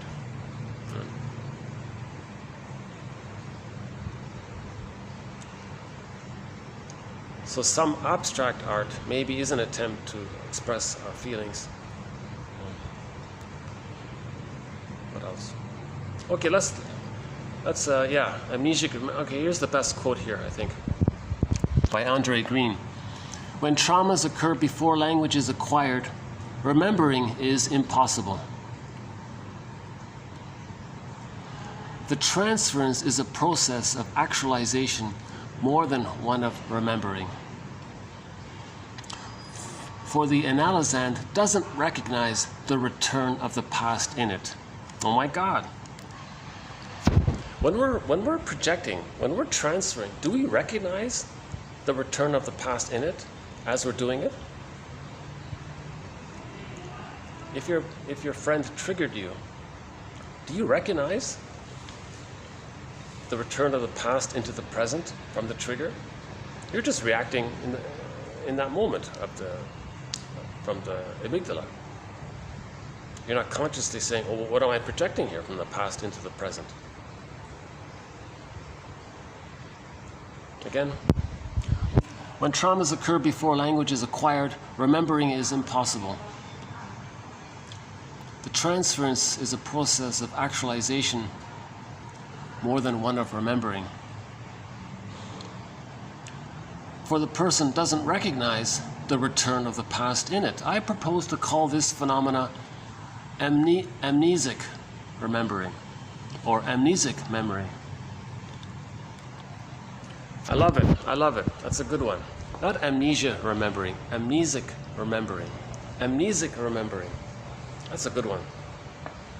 We don't remember the first 3 years or something, right? But what's going on in the present is amnesic memory, remembering, meaning unconscious memory. Unconscious remembering, experimental recollection. We're trying to remember. We're trying to get our narrative truth. We're trying to get memory. We're looking for memory and feeling. Russell says we repeat, we transfer because we're looking for memory and feeling. Once we get memory and feeling, we stop repeating. That's what the whole project is about. We're looking for memory and feeling. So our repetition compulsion, our dysfunction is amnesic remembering. It's unconscious remembering. Dysfunction is unconscious remembering. I like that. Dysfunction is unconscious remembering. Okay, because dysfunction means we're protecting the mother, but we don't remember it. Right? Dysfunction means being loyal to the rejecting mother image because we're still waiting for her love. You see? Dysfunction is amnesic remembering. Okay, let's do one little stretch here. I think I'll start to wind down here.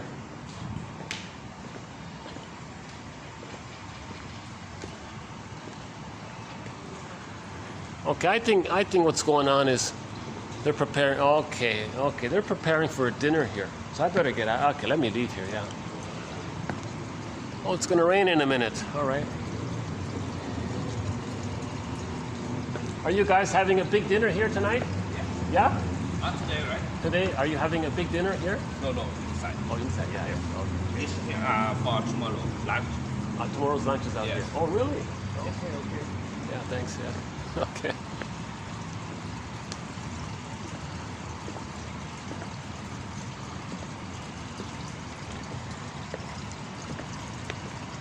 Nice staff, very nice staff here. Nice people. Interesting mood here today.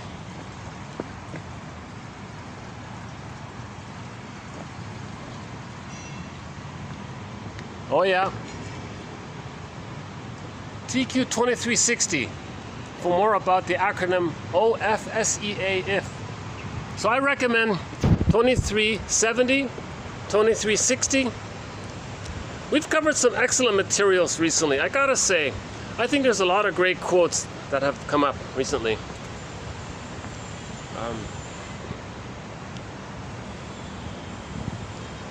I'm biased, of course, but I think my stumbling, my anxious delivery is worth the material.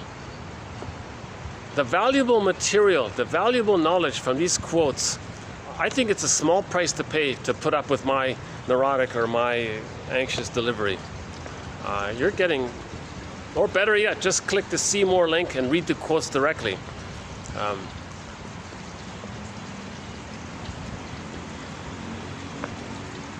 Yeah. It's a nice night here today. Oh my goodness. There's a certain sort of peace within the city here. It's sort of rare. Yeah. This really does have a bit of a, there's so much going on. This is a busy, crowded, noisy city, and right here in the middle of this hotel we have this nice little spot. That's why it's such an immense relief, this little spot here.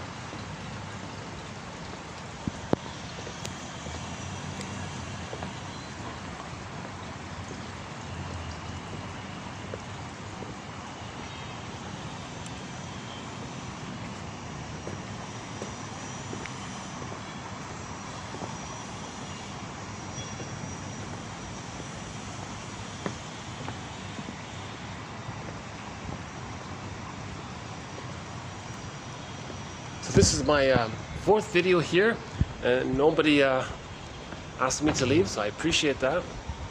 I see. Okay, so he said tomorrow there's going to be a lunch here, so I won't come here tomorrow. But okay, let's conclude with a song here.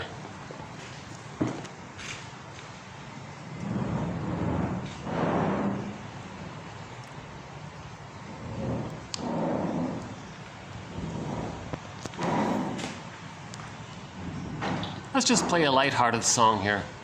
What about Itak Dogen? This is just an instrumental song by a musician. His name is Itak Dogen.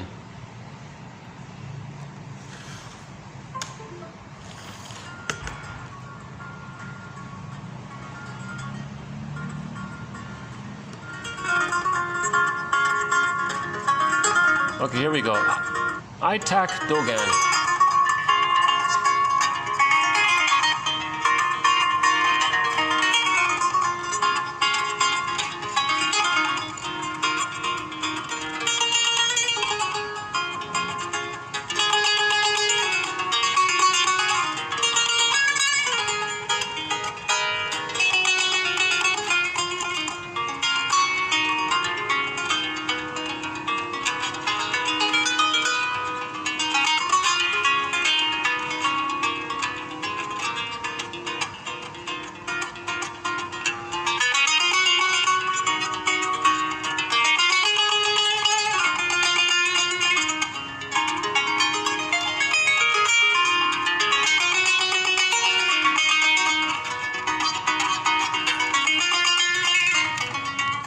So let's put it this way. Those who are fascinated with these violent movies, what they're seeing is an unconscious, the theory is it's an expression of the rage they felt unconsciously at the misattuned nursing. And it's in the unconscious. The artwork in the form of that violent film, I wouldn't call it art, but it's a symbolic expression of what's within. Anything that bridges, that links you to what's within, is generally called art. But so that's a way to maybe make more to raise consciousness. If people are making so many violent films, that means a lot of babies aren't being breastfed properly.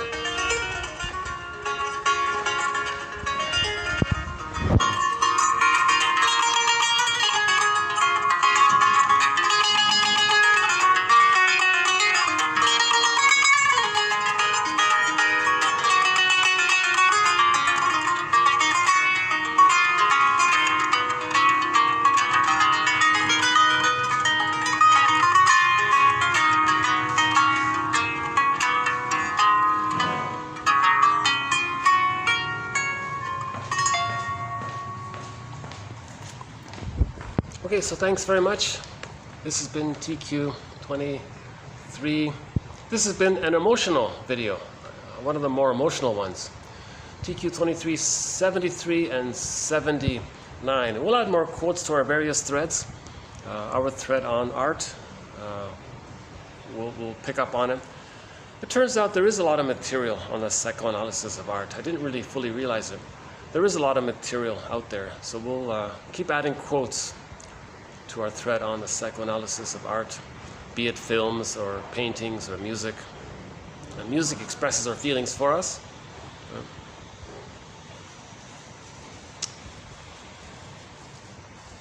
Repetition compulsion, another thread. Transference, love a thread, another thread.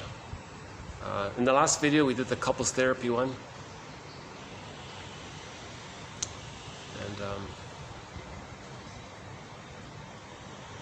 complicated grief, so we added a quote to complicated grief. Yeah. So we'll add more quotes to these threads and all of our other threads.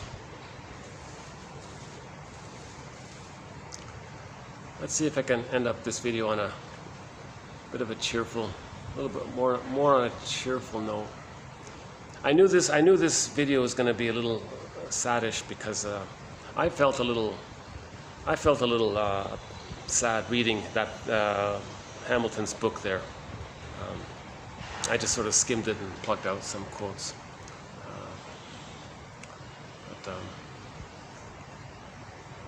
Brian Andre has some cheerful music, but considering this mood here, this calm mood, finally maybe I can play like a soft song. In a sec.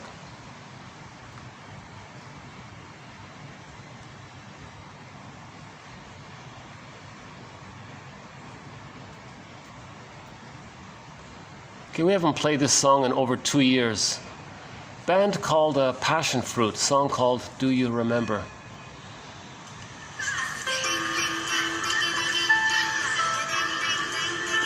Yeah, okay. This was their big hit, sort of a one-hit band wonder. A one-hit wonder band, I think.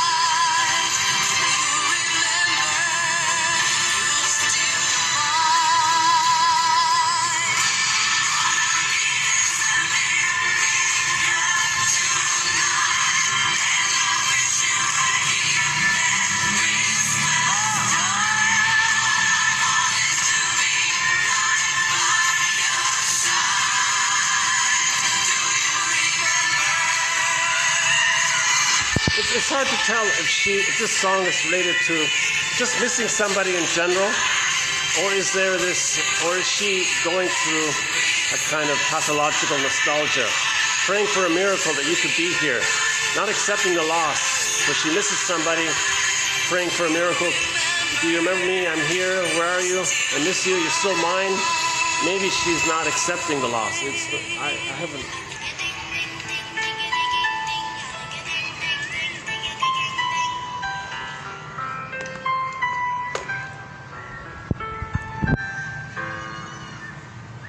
Anything else?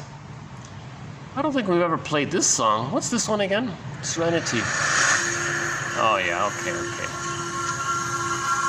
Serenity, we're looking for serenity.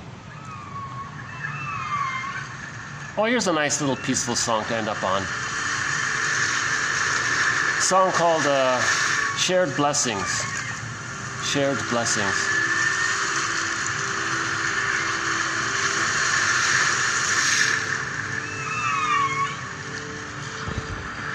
So when a guy and a girl, when a couple, when two people in a relationship make I statements, that's shared blessings. They're sharing their vulnerability. He does it, she does it. That's a shared blessing, right? Shared intimacy. Right? The atmosphere that allows them to do it is called the couple state of mind, that there's an us, right? So the feeling of an us in a relationship, that's a shared blessing, right? Because that usness enriches the two of them individually with the support of the us. So the marriage supports both of them, right? So that's sort of a sign of health, right? Now complicated grief won't allow that, right? Only differentiation can allow that. So again, how do we differentiate? TQ 2370. Remember that the mother didn't know it all. She couldn't do it all, but she did what she could. Right? And in the presence of a caring witness, say that to the person and keep going and go on. Say more, tell me more, just keep going. Right? And one prompt to help stimulate free association is the question prompt. What's the hardest thing about that? So what's the hardest thing about accepting that our mothers didn't know it all, couldn't do it all, but did what they could? You know, and you keep talking about it. Right? And that would be a blessing, right? So the blessing is when you get back something you lost, right? Oh yeah, nice little song here. Okay, good. Yeah.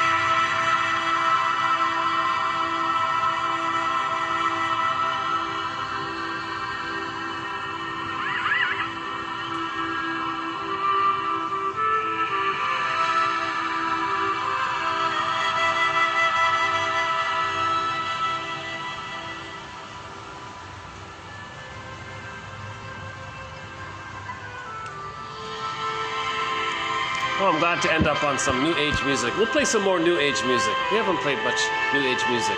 Yeah, I'd like to include some. This performer is a guy named Robert Slapp, I think. There's a very good cassette tape called Thank You Music.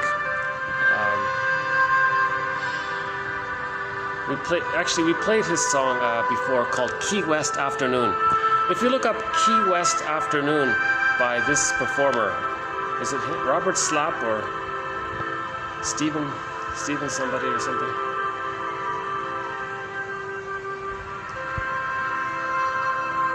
Oh yeah, we have it here as well. Yeah. Here's that. Here's this New Age tape. Yeah. Here's a great New Age tape. It's called Thank You Music. By the publisher is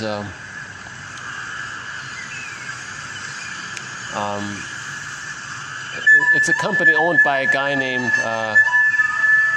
what's his name again? Anyways, okay. I forgot these artists. But here's a nice New Age song to end up on.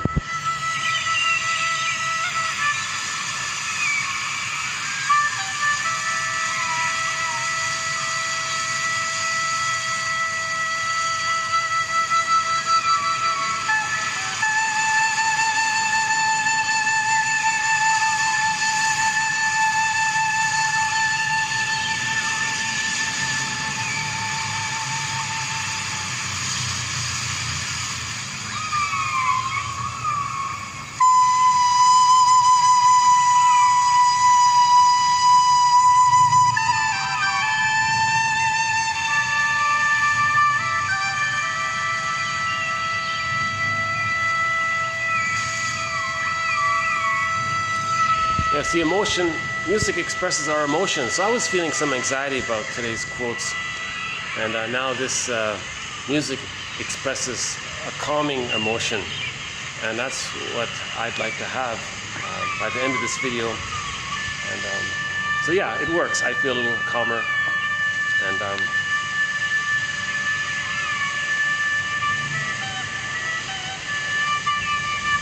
any last final thoughts here?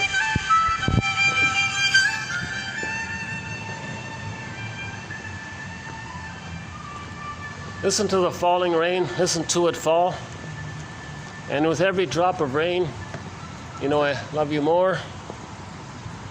Let it rain all night long.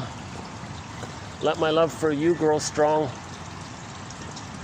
As long as we're together, who cares about the weather? A very good song. A song called Rain by Jose Feliciano. He sings a very good song called Rain. Actually, Jose Feliciano also sings a pretty good cover rendition of Windmills of the Mind. Right?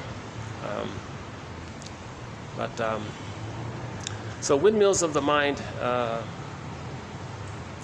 is a song sung in English by many people. My favorite rendition of it is the one by Barbara Lewis. We played it yesterday.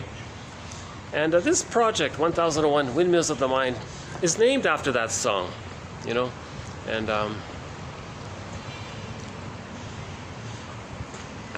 so our theme song to 1001 Windmills of the Mind is Katja Epstein's German rendition of that song. A great song. We often play it. And so I would say, if you're going to listen to the song Windmills of the Mind, maybe first listen to Barbara Lewis's version, then Katja Epstein's, and maybe Jose Feliciano's as a third one. It's sung in many languages. Sing it. It's been sung in many different languages. And so yeah. So about the rain. So we played Anne Murray's cover of Jose Feliciano's song Rain, a romantic song, you know. Well, this is starting to turn into a romantic area here.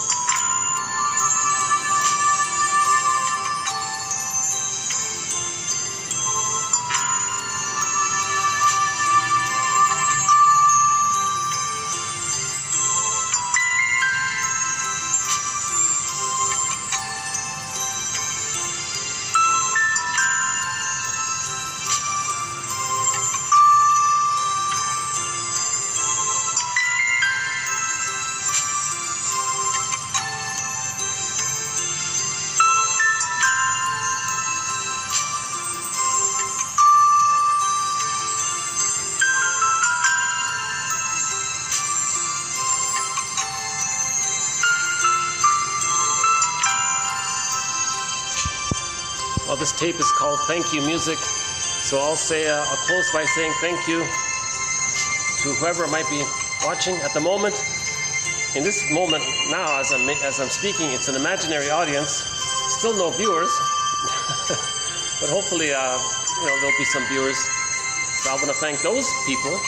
Thank you. If you didn't manage to watch this, you've been. I appreciate your listening, and see you in the next video. Bye for now.